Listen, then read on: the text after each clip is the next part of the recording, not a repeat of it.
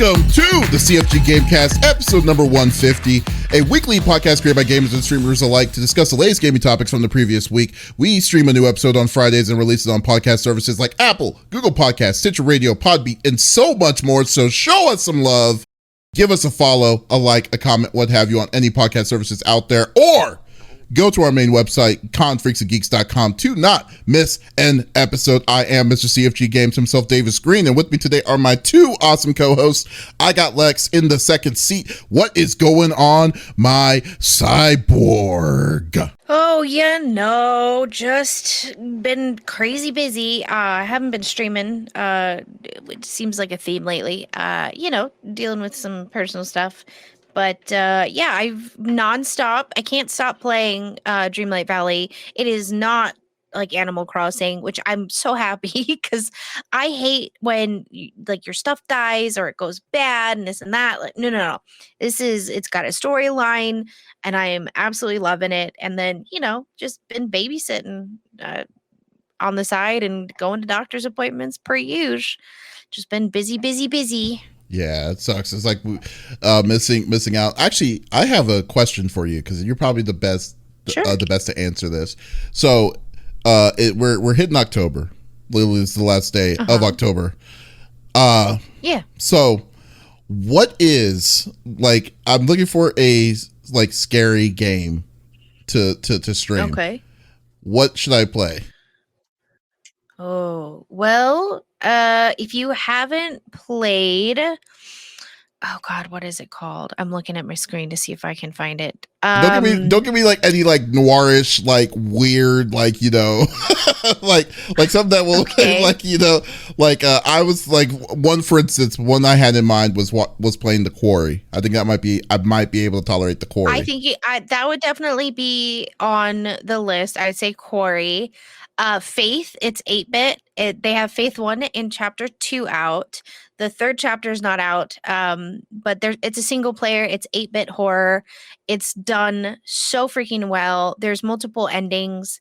I would say those are probably my two recommendations: Faith, Chapter 1 and 2, and The Quarry. I think those ones will pleasantly surprise you. Okay, that's cool. All right, I'll put that. I'm writing that down, so I'll figure it out. Because right now in my mind, I have an idea what I'm wanting to do, and setting itself up. But you know what, Lex? What? It's like a nice delay. There's a delay too. Oh, there's a delay. Okay, sorry, there we go. My internet sucks, guys. Yeah, it's not Lex's fault. We've been having some connection issues on her side, but it's not. Yeah, so we're just adjusting. But I'm sorry. Do you know who we're expecting a call from jail after TwitchCon 2022? I do. His name is the 5-star general of the itty bitty Smitty committee. I got Smitty in the third seat. What's going on, my dude? Chilling. It is good to be on. It's been a super long week. I just want to shout out Icarus9414. That's a buddy of mine that I grew up with. Good seeing you, my friend. Thank you so much for coming through and checking out the podcast. But yeah, no, it's been a solid week. Again, it was super busy. Again, thank you so much to Lex. She came over and watched a little. I did a live stream for work here this Wednesday. I had a commercial shoot yesterday, so it has been super busy, but all in all, pretty good. Got a raid in last night. That was a ton of fun, playing with Zuzu and the crew. And then, I've kind of been dabbling here and there again. Yeah. With, Cyberpunk, as well. I finished Edge Runners. I loved it. That was great. And then of course, if you guys are fans, tomorrow, October 1st, we've got My Hero Academia season 6 starts. Forget it. Yeah, there are a lot of good animes that are coming this weekend. I will say, Spy Family's coming back. You got, like you said, My Hero. I am only on season 2 on My Hero. I need to. You gotta get on it, man. I've been reading the mangas. I have been reading the mangas, dude. So I'm looking forward to it. But some of those action scenes, you gotta watch. You gotta watch in person, dude. There's the new one of annoying my senpai and stuff. There's a lot of good ones. I'm definitely gonna have to sit down and watch a lot of them. So that's gonna be funny. But that's good, man. That's awesome. I know you've been really busy. I'm I'm looking forward to not being busy. Plus, we've got TwitchCon next week, and you guys were talking about spoopy games to play. We'll be starting The Forest, which again, thank you to Phoenix Rex. Ooh. She sent that over to us. She gifted it to us, and she was like, "You got to play it." I said, "I will do it for my game for October." So we're gonna be starting The Forest once I get back from TwitchCon next week, but expect some live streams from me, some IRLs. We're gonna behave ourselves. Yeah, check it out. Behave yourselves. Every time you say that, it just seems it's like such. I'm just like I said, I'm waiting for that call, man. Just saying. Yeah, Smitty once again gave his hoodie to some random person that was looking for his car keys. No, I ain't falling for that again. That was a great hoodie. That was a great hoodie too. But good for that dude. Like Smitty at the time, I was like, it seemed like you could use this jacket. Here you go. And then I froze. Gave it to him randomly. I'm just like, who are you, man? What is going on? I love it. Oh man, like you have no idea. Like I literally had one of the best times with Smitty. Just hearing all the shenanigans that he got it. He needs to. I'm telling you, he needs to run the book too, man. Yeah, Doc was in there too. Yeah. Doc was like the person. Yeah, Doc was your guardian angel during that weekend. That's what happened. That's what was so funny about it, man. Yeah, but we made things happen. What about you, man? How was your week, brother?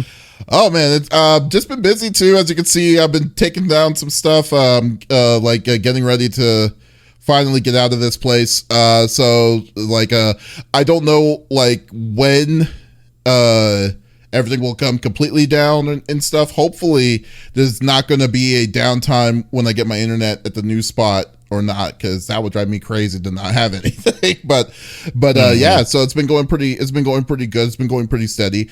Been getting some pretty good news as of late. So filling up. Then also what's it called? What's the name of the Steam's thing that they like to do? Next Fest, right? Yeah, Next Fest. Yeah. So Next Fest, I've had a ton of different developers sending me some stuff for some of their alphas and stuff to try out, and then give them feedback. So there's this one game that I can't talk about it. I gotta wait till next week. Sorry to build it up. Yeah, but there's this. There are a lot of this thing I can't tell you about. Yeah. I'm not gonna do it. So, but no. Big shout out to all those. Let me tell you guys about this amazing thing. Wait a second, psych. Almost I can't talk about it. Almost got it. He's teasing. But if you go to CFG.com, you will not conferencegeeks.com. You will be able to hear. He's going to put up a video. There will be a review, and we're going to talk about it. Yeah, we'll definitely talk about that. I cannot wait till I'm able to say stuff about that. But there were some really cool upcoming games. The Midnight Suns is the one I really wanting to check out. It's going to be in December, but there's another game that I think that would you like if you're playing on Midnight Suns that you may like, that you may enjoy. May not be as quality as Midnight Suns, but it's still good. But cannot wait. But anyways, let's get into it. I know y'all don't want to talk about all the possible games that I cannot talk about. So let's go through the normal rigmarole that we like to do each and every week. So each of us chooses a topic of discussion from the previous week in the world of video games. The topic would or could be a game itself or something that happened in the gaming industry. And we don't want to talk about it amongst ourselves. We want you, the viewers on twitch.tv/CFG Games, to be a part of the conversation. So by all means, if there's something that you're wanting to chime in about, or if you have your own opinion on something, type it inside the chat. We would love to talk with you about it, and just have everything like a good roundtable discussion. So let's get into it. We'll start off with Smitty. What are you bringing to the table, my dude? Yo, we gotta talk about it, y'all. I called this a long time ago. All right, and I gotta give props to galaxy Icarus. far, far actually away. hit me up earlier talking about this, but we got to talk about Google Stadia and how we have to say goodbye to it. Now, if you didn't see this coming, then you've been living under a rock, because the writing has been on the walls for quite some time. Basically, they are going to discontinue Stadia, which obviously that is very problematic for folks that have, and we'll get to that here in a second, but folks that have spent money and stuff like that. Again, my opinions on Stadia. Davis was kind enough, and he had a friend code that he let me use, so I was able to try it out a little bit. The problems I found with it was that I didn't have anything. I didn't have a Chromecast or anything like that, number one, to be able to utilize it on a TV, okay? So I could only play it on my PC, right? So if I'm at my PC already, why would I go on Stadia? It just, you know what I mean? Like, so I never really gave it a full out turn. Something that was very unappealing, and right from the jump off, you knew it was going to be a failed business plan, was the fact that there is zero incentive to get into the Stadia ecosystem. You're not getting free games. You're not. Game Pass already does that. Majority of them already do that. The only thing that they had going was the actual technology, and they do cloud gaming pretty damn well. I'm not gonna lie about that. Other than that, though, it was doomed to fail, because there was just no incentive. Not only that, but then they didn't work or partner with anybody else to be able to bring other people's games, because that's why else would you have a console? Why else do you get that stuff? To play games. So there better be some sort of games, exclusive games, which means that then you'd have to have first party published, game developers and stuff like that or a studio to be able to develop games, which we saw Amazon's foray into that, and they've had a couple of failed games. I mean, I don't know if you can call New World, it had the numbers, but it had the numbers, people are still playing it. People are still playing it, so I'm not gonna, it's like it's still going. The successful game, I think, is more Lost Ark. Lost Ark is definitely their the best game that they have right now. I didn't know that Lost Ark was theirs. Yeah, that's them. Well, yeah, it's a Korean game, but they had to refit it for the American market. That's what they had to do, because it was basically a pay to win kind of game for the longest of time. So, they're the ones that did the changes to it to bring here to the West. So we'll say that. Okay. But yeah, it just, there was no incentive. You're paying full price for these games that live in the cloud. So what they have offered, and this is going to cost them, they have offered refunds to people because they're shutting down the servers. That means people that have paid for games can no longer play those games because they only exist in the cloud, which no longer will be running. So they have offered that they're going to do full refunds for people that have spent money. So that's huge, and that's good news. I am pretty sure that should apply to you, Davis. I don't know how much you use it and stuff like that, but again, this wasn't surprising. I feel like they launched too quickly.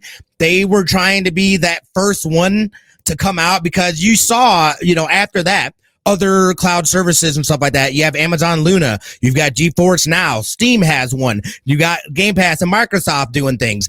Everybody, even PlayStation's got remote play. You know what I'm saying? So, it's out there. And I think they were just trying to get ahead of it. But, at the risk of doing that, I feel like it cost them everything, because they did not go in with a solid business plan that was going to make people go, you know what? I need to do that. I need to get that. I mean, look at Game Pass. It is now offered on what kind of TVs is it? Is it Sony or Samsung? Yeah, on that. Dude, I want to get one of those TVs so I can literally just do it right there in downstairs. I mean, I have a Luna. I still pay for Luna and stuff like that. And I got a controller from my dad, and he signed in, so he's able to play games on the account, without having a console. It's huge. I absolutely, again, it's getting there, but this is It's not, this is not surprising at all. The good thing out of it though is that this technology is not going to be wasted. They said they're not going to sell off the technology. They're going to apply it to other areas. They're saying we see that we can use this to do other things. So it'll be interesting to see how they go about utilizing this technology in future projects that they have going on. What are your guys' thoughts? I mean, the Stadia was DOA on its arrival, in my opinion. People already had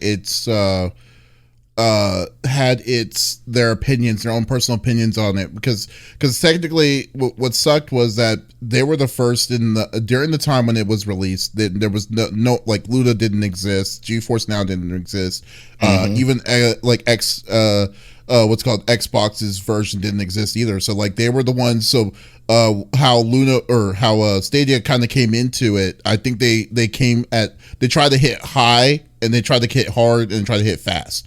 And then what they offered initially was nowhere near what it was expecting. And then there was a little bit of the tidbits, because like the biggest problem that Stadia had was they never pivoted. Like even though that they had like the years that they've experienced, they've had the platform for like 2 or 3 years. Wait, when did it come out? Like 2019? Yeah, like 2019, because I was there during the announcement.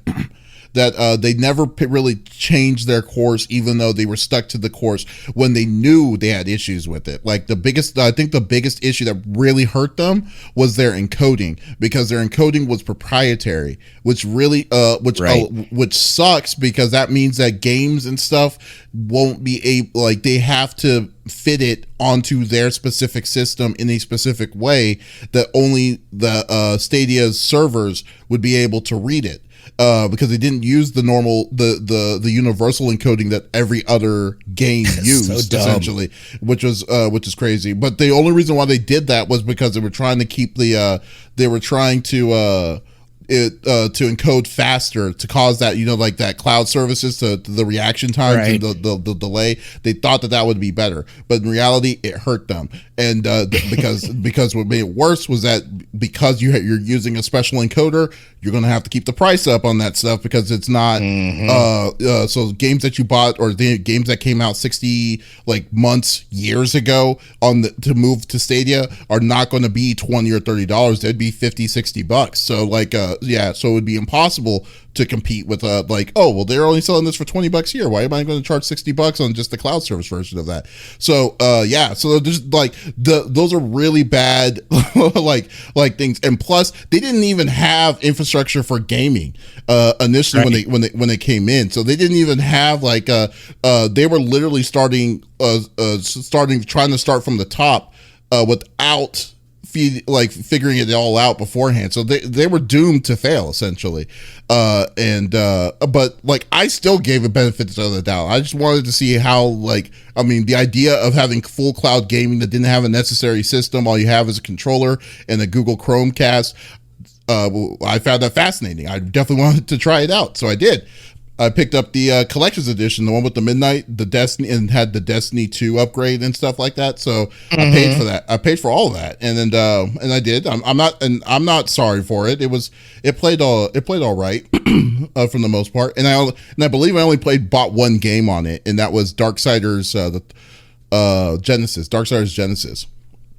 So yeah, it was it's unfortunate. I just but there were just so many, there were just so many bad decisions that they had. It just that they just never really wanted to learn from their mistakes. They were just being stubborn on wanting to trying to pivot. It's all right if you make a mistake. The biggest thing is you're more of a fool on just trying to go lead the course that you're trying to lead when you know it's not working for you. And I think that's what really makes it really annoying. And also I will say this, most people were worried that this exact scenario was going to happen because they didn't trust Google already to say, who's to say that y'all going to shut the servers down? Like someone even because I was there at the keynote when they announced Stadia. I was physically there.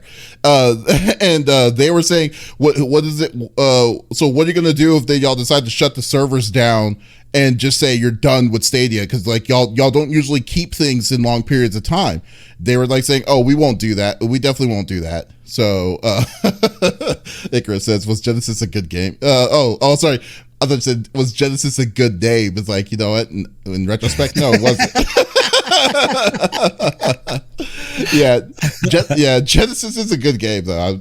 Darksiders Genesis was a good game. Not as good as the other ones because they totally changed the format of it. It was a 2-player, like kind of a weird grid system, which was fine, but it was definitely good. It was good.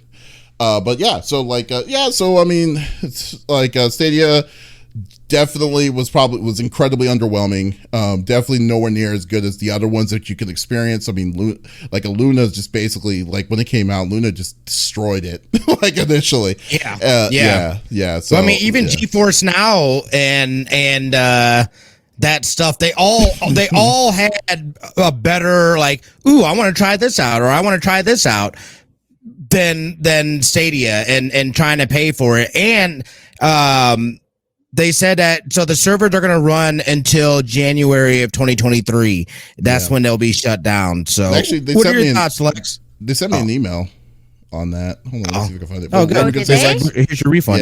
Yeah. What are your thoughts? I'm going to look it up, Lex. Yeah, no worries. I'm lagging, so I'm waiting to be called upon. You pretty much said everything that I was gonna say.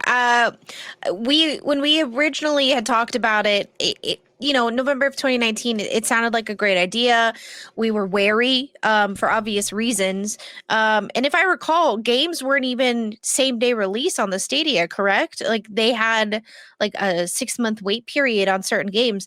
And so you're missing out on that initial jump of the game being released, of people wanting to play it, of wanting to play with their friends. And in retrospect, the idea was great, especially for, somebody like myself who came from, not a rich kid kind of background. I was given the option between, okay, we could go Xbox or we could go PlayStation. Which one do you want to choose? I had picked the PlayStation because of the exclusives. And with Stadia, I felt like it was a great option for people who were lower income, who didn't have, the means to necessarily spend $700 on a new system.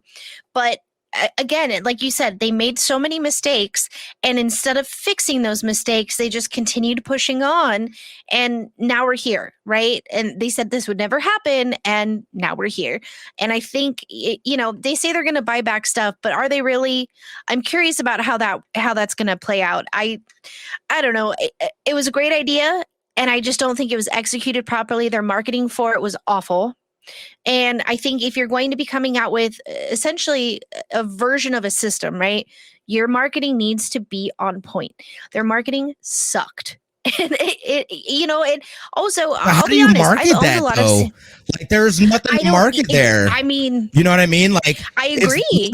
It's literally, I mean, other than the fact that like you can play, I mean, some of the features never even came around to all the things that they said that you're going to be able to do with this thing. So like they didn't even like it wouldn't even fully like again that was like a freaking beta test is what they did, and they called it a full release, and it clearly was not at all. But like I mean that's tough on the marketing team to be like here's this thing that if you have a computer you don't really you're probably not going to need this. Yeah. Sorry, I didn't mean to cut you off.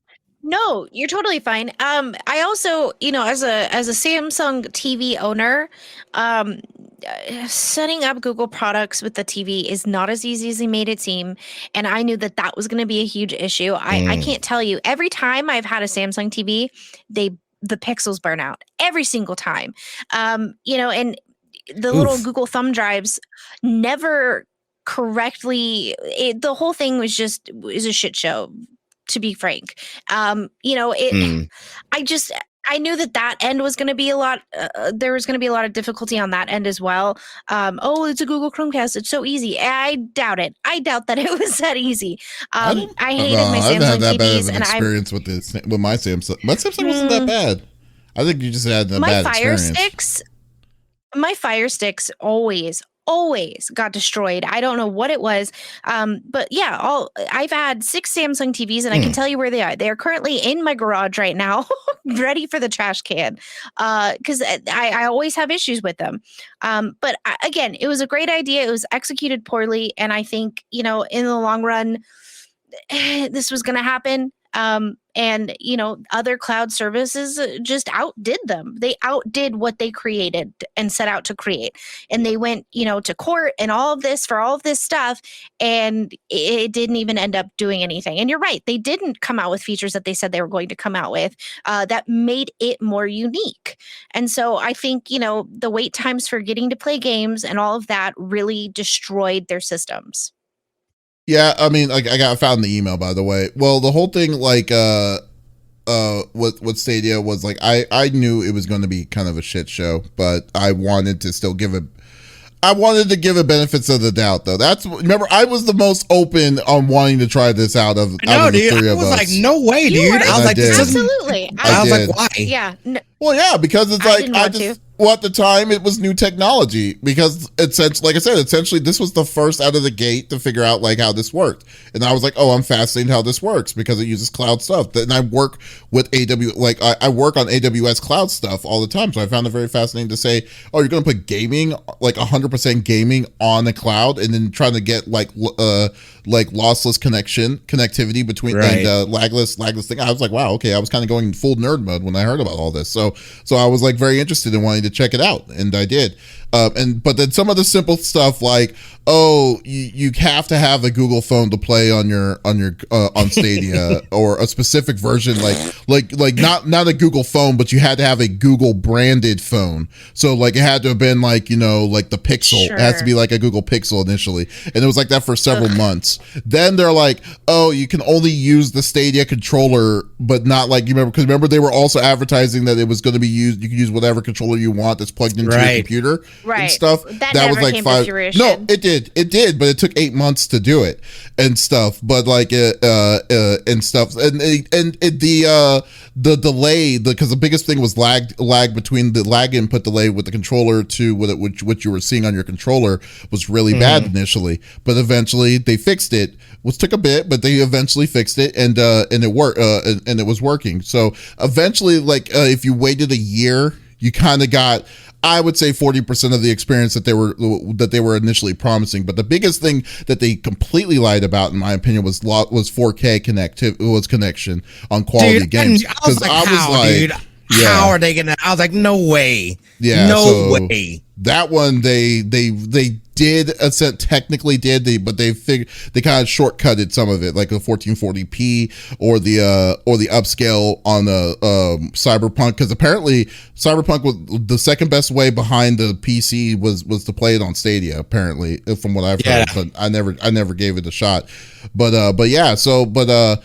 I mean, Stadia was Stadia. It's now part of the history of other failed, console things. It does happen, but it's just like, I knew it wasn't going to be successful, especially after you had the better choices of it, because like I maybe messed with Stadia for 2 months max. When Darksiders Genesis came out, I was like, okay, let me get one game on Stadia and see how it felt. Felt all right, but I was like, nah, I rather would have this on Steam. But then I did, that kind of thing. But from the email, okay, so the email from what Stadia was saying, because it says, important, Stadia service to wind down in January 2023. They said that the last day of Stadia is going to be January 18th, 2023. And they're saying the availability, there's a spot there that says refunds, says Google's offering a refund to Stadia users for Stadia hardware purchases. Which I technically have 2 Stadia controllers because they gave me another starter set randomly, and I was like, wow, okay, this is awesome. When I saw that, I was like, yeah, so I was like, okay, well, this isn't good. So I'm gonna give it back. I never opened it. I still have it. So I was just like, okay, here you go. So I got the Founders Edition and I got a Premier Edition. I have both Premier and Founders Edition, which I'm gonna give them back if they want them. And then it says our player watch Google TV package made in the Google store. Let's see. They said the refund process will take some time, but we expect to have the majority of refunds processed by January 18, 2023. We expect to be able to automatically issue refunds for a substantial portion of the transactions as a credit to the form of payment used to make purchases.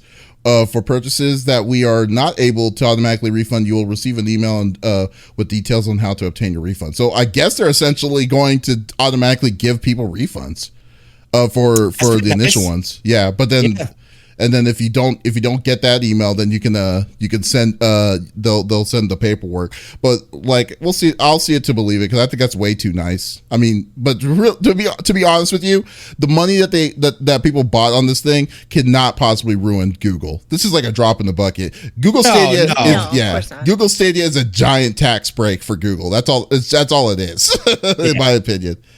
So yeah, refunds, exactly. Chrissy Pickles, like refunds. Wow, that is definitely not expected. Yeah, they definitely. Yeah, they don't have to do it, but I'm glad that they are doing it. So I guess it shows that they have some. I think that they would have a problem with that, or I think there would be a problem though with that, because unless there's something that, like some sort of agreement that says that, I don't know how that works exactly, because it lives in the cloud. You don't have any kind of ownership of the game. So if that no longer exists, then those games are no longer playable, or even you can't even open it up or anything like that. So it's but that's not what they're refunding. They're refunding the hardware. I mean, they're refunding the controller and the starter sets and stuff like that. They're not talking about the games. They're not talking about the games, because the games is not in their power. Well, look at it this way: when you're buying the games, it's not Stadia's. It's not Stadia's thing. That's the third party. That's the third party's policy, not Stadia. But that's the only thing you can play it on, dude. It's like sucks to be you. Too bad you took it. You took the chance. You took the chance. Maybe if it's Google, maybe if Stadia had some of their games and stuff, because like there was no games that they had exclusives initially, but I don't think they kind of scrapped that idea fast after all of what was happening. But the whole thing was crazy. Oh no, someone got timed out again. Was it Icarus? Oh yeah, totally. I needed to really take care of the links on there. Sorry, Icarus. Yeah, but so we'll see, man. It was terrible. The model. See what he said. It wasn't even a link. It was because he ended with a period and then put another letter, and it read it as a link. But what he had said, yes, he said they sold their customers a false bill of goods. They would open themselves up to litigation if they didn't refund. That's what he said. Yeah. Okay, that would make sense. That would make a lot of sense if they did that. But yeah, so they can only do with the hardware, but they can't. But the third party is a whole different story in itself. So, but then again, treat it like this: when you buy a back in the day when you bought a PS2, and then you move to a PS3, all your PS2 games won't transfer, or it's even worse, digital PS3 games or digital stuff that came out on PS3 didn't transfer to PS4 and stuff. It's gone at that point. So I didn't really start getting digital games until like PS4. Everything else I had physical disc. Yeah. Well, Same. Dude, that's what my thing. Remember, I still have my PlayStation 2 games. My biggest issue was because remember my thing was Scott Pilgrim. Got my 3. Remember, Scott Pilgrim was. I've been bitching about Scott Pilgrim for years because I was like, why do I have to buy this game again when I bought it on the PS3 so long ago? It's like it was a digital game. They never had a physical copy. Yep. Yeah. So I know. Yes, and I still am mad about that. Or The Simpsons. Like, I have The Simpsons, like, I played The Simpsons, the arcade game, or the X-Men arcade game if I had my PS3 still. But, like, I can't now because since I don't have the PS3, it's lost on that system. It's ridiculous.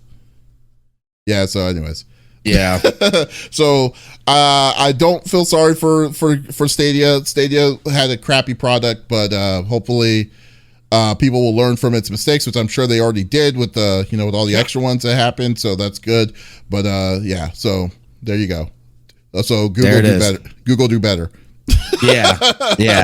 Another one gets into the list of Google trashed ideas. Yeah.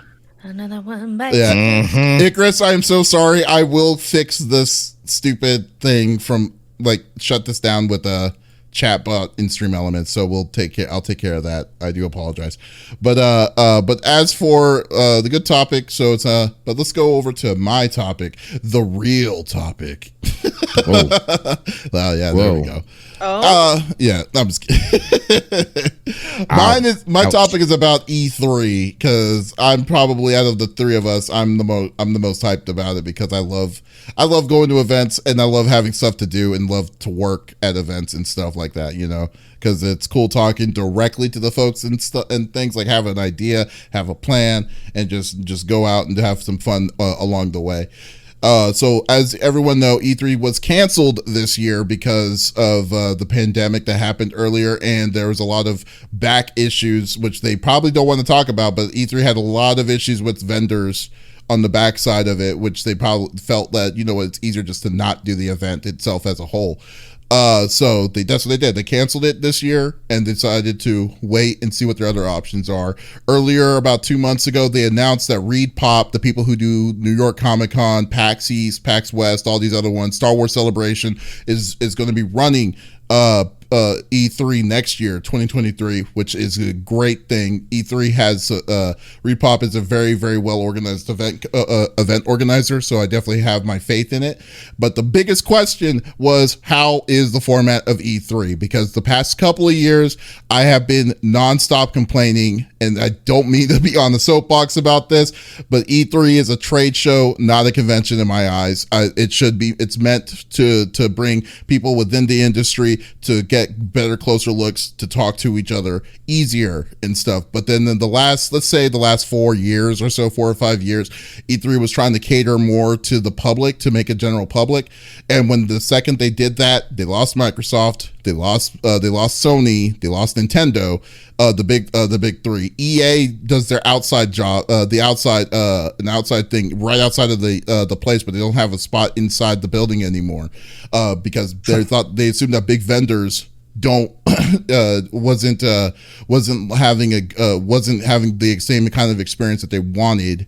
Because of this kind of change, because like you're now trying to cater to the public at the same time trying to cater to business, where it is a giant cluster, and those tickets were hella expensive for for customers, and in my opinion, got little out of it. But this time, what I am loving is the open communication that they are doing for ReedPop for this event, because I got an email this week saying that, hey, we wanted to let you know that E3 is coming back next year. We're going to do a hybrid, which I can be fine with that, because all you need is 3 days. 3 days for it. So what they're going to do is that June 13th to the 15th is going to be the business days. So anyone who's in the business or in the industry has those specific days, and to talk, to do your thing, to shake hands, kiss babies, whatever, and to vendors, and have at it. But then there's going to be a time when I believe it's the 15th and the 16th, which is half of the 15th is going to be the start of is going to be the day of when the consumer is going to come out, and the public's going to be able to have access to the show floor itself. So I was like, this is perfectly fine. Being there for 5 whole days is insane to me. So 3 days having all the work that you can be done without worrying about am I going to be there on time is now drawn out. It is perfectly fine, and I'm definitely I really appreciate it. So made me even more hyped for the show. I'm going to definitely enjoy it. Made me so hyped, I already bought my plane tickets to the event for next year. That's how much I'm looking forward to going to E3. So it so looks I was like going a to get lot y'all's of fun. thoughts. I've always wanted to go to E3. They have a lot of like exhibits that look really cool, like on the showroom floor. I'm also really big into Legos. That's a little secret hobby of mine, and they always have like some really cool Lego stuff going on there, that are like exclusives, if I'm not mistaken. But no, I think it's cool, and I don't blame you. I mean, shoot, if I had your job, I'd be excited to go too.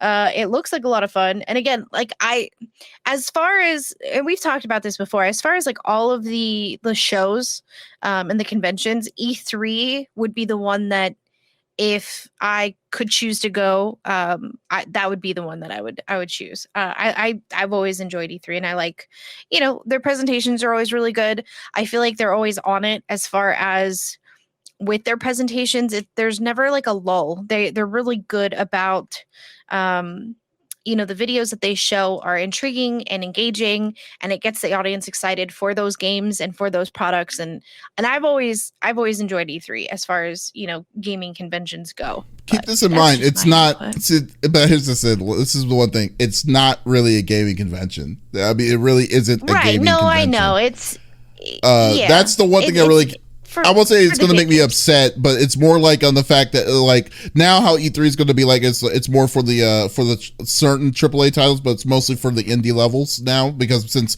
the big AAA titles are doing their own separate events. But I think the bigger thing is, I like the separation between a convention and a trade show is very different in my opinion. I mean, because you're right. I used the wrong verbiage. I apologize. It is a trade show. It's not a convention. It's not like going to TwitchCon. It's definitely, you're there for specific reasons to see what's coming up, to do interviews with the devs, and to get down to the nitty gritty. And I agree. You're correct. I used the wrong verbiage. It's a trade show, not a convention. Well, I mean, what about you, Smitty? What do you think? Oh, yeah, man. You know where I'm at. I said it, too, and I didn't realize because Icarus had asked a question about if we thought that maybe E3 was on his last leg, and I was definitely hinting at that, especially after they announced that they weren't going to do a convention at all this year, so or the show at all this year. So to see, number one, the addition of Reed Pop, we know that they do solid work and they know what they're doing. So, cause that's what I was saying. I was like, if they come back, they've got to come back strong and hard and come with that fire and heat, because you got Jeff Keighley over there and Summer Game Fest, and everybody's doing their individual stuff. It's like, man, do we really need an E3? Let me say, this summer, I didn't even realize it, but I really missed having E3 and just having, and seeing it and doing the bingo cards. And like, there was definitely a void there that was felt for me and Lex too. So, I'm excited to see what kind of changes. The scheduling is huge. Again, exactly like they're saying, this is a trade show, more so than a convention. Think like NAB or something like that. This is where you can get some one-on-one time. Like Lex said, you can do interviews. You can get, people, you get to put faces and names together. You get to do some one-on-one time with other industry folks. You can do interviews, which is super important. Again, you guys, I'm sure have heard of it. Networking and all that stuff. That's how you hear about that thing. That's how people get sent, early builds and things like that. That's places like that is where you make those kinds of connections, professionally, within that industry. So when I saw that they're having a hybrid, the hybrid with cinnamon raisins. When I saw that, I was like, yes, dude, I've got to go to this. I definitely want to go and be able to, because there's all kinds of content and things that we can get and just more contacts that we can make and go from there. So I am very pumped for this. Yeah, I mean, like, it's kind of funny because we definitely had a conversation from what Icarus was asking earlier about do you think E3 is on their last leg? In a way, on their focus, like back for the longest of time, where how E3 was moving over to trying to cater more for the public. I think that's what people were worried about, and I mean, I was worried about it, but I just think that it was just a matter of when they had something that was going to get where they had to pivot back to what they need to know what their identity was. They definitely is space for it. But they need to say, this is the kind of show that we wanted the E3 to be, because they lost vendors. That was the biggest fact. They lost vendors because of of their decision making on trying to make it public. And I think that in my opinion opened up their eyes to be like, okay, we need to know what the identity, what this show's going to be, because dude, like back in the days, like when E3 was like in the late 90s, the early 2000s, when GameCube and all that stuff, remember the crazy moments when, you know, when PlayStation 2 was announced and all this stuff. It was just like, wow, I can't believe they're doing this at this show and stuff. Like it literally was like a very earthquake in your face kind of situation and stuff, but it just totally got like doled out and complacent when they decided to switch it up and said, hey, we get more money if we bring people in to go do this. And you know what, they're trying to have their cake and eat it too. I can understand that that things like, especially the stuff costs money to do this kind of stuff, but if you're going to try to give that same experience to the customer with the outside world, but you're not, because basically it became a giant line con. If anything, most of these people were paying to get into the chance to play a 15-minute demo of Dragon Ball Z Legends and stuff like that, you know, like that kind of deal. It just it defeats the purpose, and that's where it came down to. I mean, but like now, since I think that Repop has direction, since Repop legitimately has does the largest video game conventions in the North America with the PAXs, like PAX East, PAX West, and all that stuff, I think that they now have a better focus of what they want the show to be. My whole thing was they needed the show to be just for, like, you know, the inside press, the gaming crew, like gaming crews and stuff like that, to give them a better chance instead of feeling like you're fighting with like a mixture of people that are casually loving games or love games and stuff, and others. But yeah, I just think that that's the biggest thing for me. So they're definitely still alive, and we'll definitely need to see where they're going to go with it. But no, I'm just glad to hear that they're going back to business days. For me itself. Excuse me. So yeah, yeah. Same.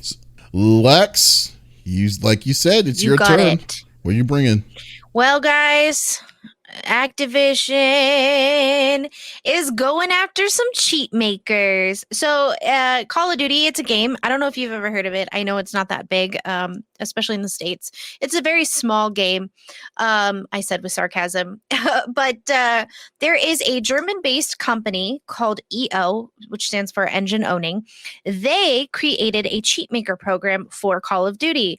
Well, Activision is going after them, and not just going after them, they're getting them charged with racketeering.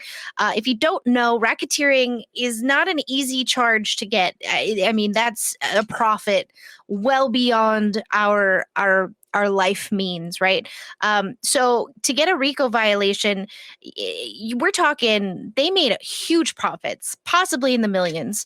But basically, there are about a total of 12 smaller people that they're also going after, including EO.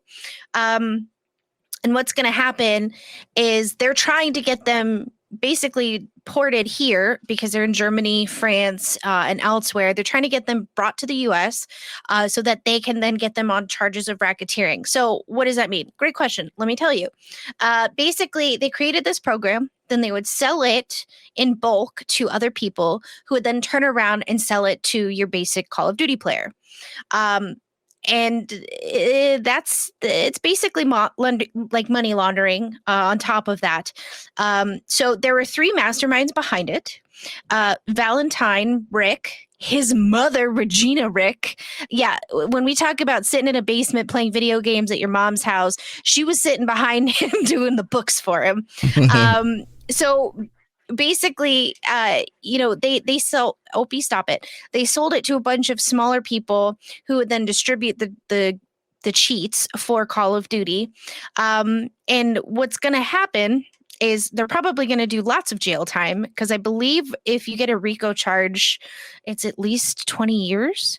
So they're trying to get them brought here, get them on RICO charges, and they also part of their for the damages, they want to own the program that they created, whether they want to keep it or destroy it, whatever. Activision is saying, we had a non-compete clause. You then turned around and competed against us, made millions of dollars off of our game, and we want that. We deserve that. At the end of this, we want the piece of equipment that you created, essentially. So it's kind of a huge deal. And on top of that, EO, the company who created this this game, they're trolling people on Twitter and creating fake Activision accounts and then replying to people as if they are Activision themselves. Now, EO has not responded to any of this, but clearly they think this is funny and they're getting some shits and gigs in with the trolling on Twitter. But I was curious what you guys thought, because this is huge. This is huge. Well, in the RICO charges, I mean, the only way allowed with the RICO charges is that they can charge for one, but then they can bundle all those like outside charges into one. So basically if they get the lowest bottom tier person, they could charge whoever is in charge of that person and upwards of of all sorts of different kinds of things. So if they're going to get to that point, it would be selling like millions. This kind of comes back to what's it called? Was it The Sims, when they were talking about with third party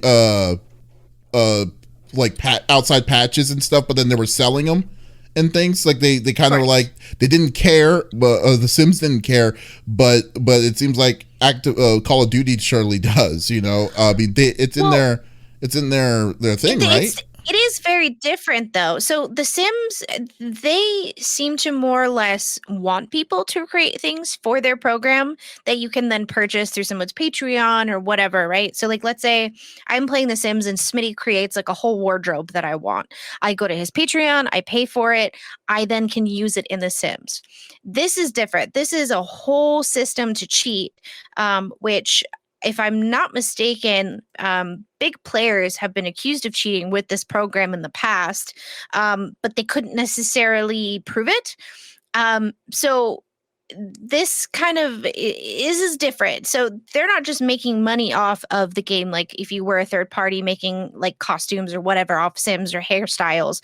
This is, I'm competing against this company, and then I'm also selling the program so that people can then cheat and win in said program and make the life of Activision and their devs even harder. Does that make sense? Well, yeah, it just seems very that seems very ballsy. I mean, I just backwards. think it's weird that they feel like they have a leg to stand on this. I mean, is it kind of weird that it's like, can you imagine someone is like build something additional to your game or build something extra to the game itself, and then they had the balls to say that to the developers of the game that you are that you developed in, I mean, what do you think, Smitty? I mean, am I going insane? I agree. I've been chomping at the bit. I don't know if you guys know, but I watch people on YouTube like Call of Shame, this and that. Mm-hmm. Cheating is rampant. One thing that is a thing now is huge. People are getting big on like Warzone and stuff on streaming services, but they're cheating. They're using wall hacks. They're using constant radar. You know what I mean? Like I've been watching. There's one thing I really, really do not like in video games. It's a cheater. It's like, it's a game, man. Like if you have to cheat in order to have a good time, and don't get me wrong, Contra, up, down, that is like, that game would have been impossible without it. I'm just throwing that out there. Okay. Yeah. So things like that don't harm other people or mess with other people. Look, dude, we're all there. But this is like, it completely ruins the experience for people that are playing legit. It is now these, and I'm not going to name any names or anything like that, because I know that some of that stuff is there's all kinds of things and whatnot. But somebody recently went to a LAN for Modern Warfare 2. If you know, then you know, and they played like crap. they play it like somebody that had never played a Call of Duty, yet this person is saying like they're one of the best in the world, and on their stream. You know what I mean? Like, it's a crazy thing. There's Discords where you go into the Discord and they have you can buy these cheats through a Discord or in a Discord. Like, it is a huge business. Not only that, they have ways to circumvent IP bans and things like that. That right there is against TOS for the games. Like, I don't know how they think they have a leg to stand on. If they have definitive proof that this thing is there, which I'm sure they do, there's things being leaked and there's this stuff is out in the public and open. You know what I mean? They may be in darker alleys and stuff like that, but the documentation and stuff is there. So I'm curious to see where this goes, and this could be setting a precedent for people then that are going in and doing things and that have services like this. This will extend way beyond Call of Duty, and it'll go into other games where people are developing these same kind of tools, in order to be able to circumvent the game and how it's played and how it's intended to be played. So I will definitely be following this very closely. I mean, it's like it's huge. Yeah, I mean, like I just think that where they literally made a secondary market of basically something that they didn't want to ever exist, but people are just. It's kind of weird. It's not just Call of Duty, but it just runs insane in Call of Duty. Rainbow Six, these and stuff. Certain games like that just feels like you just see it all the time. Like, the odds of you finding a cheater in one of these games are incredibly higher than you would if you see it in others, but so in this case, I'm glad that Activision is trying what they can to do on this. Clearly the company, what did you say, EO, whatever they are. EO. Yeah, so EO's not taking them seriously in any way. Maybe, and shoot, no. As far as we know, EO's is probably like a garage company. Essentially, just about a matter of 2 or 3 hackers or programmers that know how to get around stuff and everything. So they're definitely not taking these things seriously. If it's out of the country, it's probably even going to make things even more, more red tape-ish and stuff. So who knows what's going to eventually happen to it? But the real, it sucks that that's where we're at right now. It is literally an ongoing fight every day to try to make sure to try to curb the possibilities of these crazy situations. Not a way to see that it's going to be a definite winning way. They had cheats for the beta. How? Yeah, they did. Yeah. Do you know what's funny? So my friend showed me a beta. She was so he showed me a video of a guy who had his stability, the sensitivity to 0, so it was really, really loose. But he always, when he saw a person, was able to just shift. He almost got away with it until near the end, where where it was auto targeting. And I was like, how do they have this? This is a beta. Yeah, this doesn't even make any sense how you have access to doing auto targeting on a game that's not even out yet. And this is just the fault. It just doesn't make sense. I'm just like, what is going on? So is that the pastime sport now? Now it's trying to find a way to crack the game so you can try to get the edge to be the best gamer in that world, and then money, and then get exposed. Jesus. Money. Yeah, people are doing it. That is the culture that we live in now. This type of world where people are looking for that internet fame, and they, with anything, people are going to look to figure out ways to cut corners, view botting and things of that nature to boost the numbers. All of a sudden, this amazing person comes out, they've got this story or whatever, and it's crazy. It's absolutely crazy to me. But I know there are a bunch of people that are out there. Some of them are it's weird, man. I don't know. It's crazy. It's crazy just how.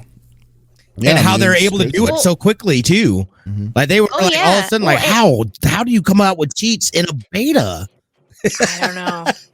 Well, and like a lot of these That's people nuts. are in France, they're in Spain, a couple of them are in the US, but it's essentially a whole cartel system if you look at it. I mean, the people create the program, then they sell it to resellers and they sell it on their behalf. They receive a cut, then they sell it and they receive a cut, and it just goes on and on and on. And with RICO, I think what happens is even if you're in another country, you can be deported here to then sit in court for those charges. That's basically what it is. Yeah, because that's why like they're charge going one after to charge them. many. And there's right. And so, down the pipeline, there have been thousands upon thousands of transactions.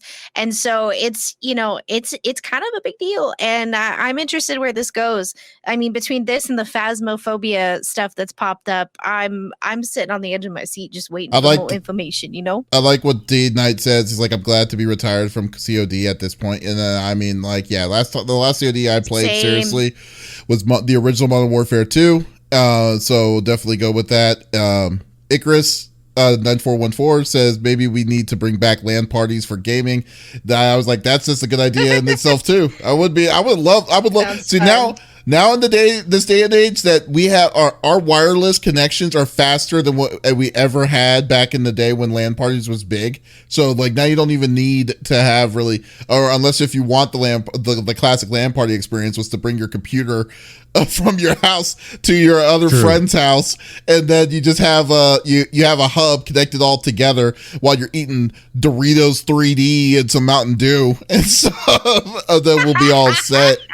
No, I'm good. Getting crumbs on your controllers. Getting crumbs and everything. Get that Cheeto fingers. Yeah, no. Oh my God. It's hilarious. Chopsticks. Yeah. So, you know what? Someone told me to use chopsticks on that before, and I was like, no, this just feels weird. It's not right. It's not natural. Oh yeah, it's smart, but it's still not natural. That is smart. It's still not. I feel weird. Yeah, that would feel weird. I've seen people do it. I'm just like, yeah. With the chopsticks. Did you see the thing called the popcorn? That, look like rings. Yeah. Did you see the thing called the popcorn fork? What? The popcorn fork? No. It was. Yeah, it's Googling. A thing. Like it's like a tong system that you can pick up that you can clamp popcorn in, and then they sometimes have it in plastic in certain movie theaters and stuff. It's really. I've never heard that. That's smart. You put them on your fingers or something? No, it's just like a tong. It's like a tong, and you just close. Kind of looks like a tuning fork. Oh, and you just go. Yeah. No. Yeah, essentially. Instead of shoveling it into my mouth with my whole hand. That's what I do. Because there's some places have. That's how I like to eat my popcorn. No, some places have some really crazy, like really kind of messy popcorn, because there's a thing called. Have you ever heard of Whopcorn? Where you have Whoppers inside popcorn? Yeah, I can get on board with that. Yeah, it's good, but it's such a mess because the malt and the chocolate's all gooey and stuff because of the heat of the popcorn. Yeah, so you want to if you don't want to have any of that mess on your hands. I don't like getting messy hands like that. Yeah, that's what I'm saying. So so that fork would be good. That fork would be a good situation. So yeah, that would be a perfect situation for that. Yes, folks. Thank you for listening to episode number 150 of the CFG Game Cast. Thank you for being a part of the conversation as always. We will be back again next week. Well, me and Lex will be back next week, but Smitty will be at TwitchCon. But definitely check him out as always. Go check out the Twitch at Twitch. That's TV/Smitty2447. Am I right? Is this Smitty2447? It's been a long time. I have take it easy, bro. I have a favorite. I have your favorite. You see, folks? You know what? You need to shut up because you messed up on my website earlier today. He's you just said to shut up so many times. Yeah, you need to calm your ass down for a minute.